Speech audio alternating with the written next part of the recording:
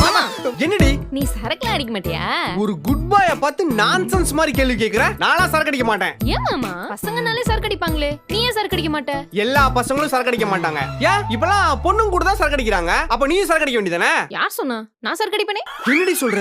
ஆமா மாமா, நான் காலேஜ் படிக்கும் போது ஃப்ரெண்ட்ஸுங்களோட எல்லாம் சேர்ந்து ஒரு நாள் சரக்கு அடிச்சிருக்கேன். அடி பாவி, ஒன்ன போய் நல்ல பொண்ணு நினைச்சேன்டி. சீ, நான் நல்ல பொண்ணு தான், சரக்கு அடிச்சா கெட்ட பொண்ணு ஆயிடுவோமா?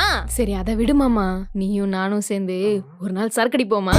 போடிட்ட சரக்கு அடிக்கிறதுலாம் தப்பு. மாமா மாமா ஒரே ஒரு தடவை மாமா, நான் தானே கேக்குறேன் மாமா, ப்ளீஸ் மாமா. சரி ஓகே, உனக்காக ஒரே ஒரு தடவை மட்டும் சரக்கு அடிக்கிறேன். நீ ஆசைப்படுறன்ற ஒரே காரணத்துக்காக தான் சொல்றேன். சரியா? போய் வாங்கிட்டு வா. போ, நல்ல ஃப்ரெண்டா வாங்கிட்டு வா.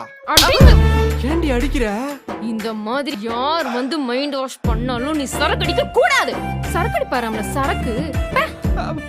அடி பாவி, நான் பாட்டுக்கு அனுமானேன்னு அமைதியா தாண்டி இருந்தேன்.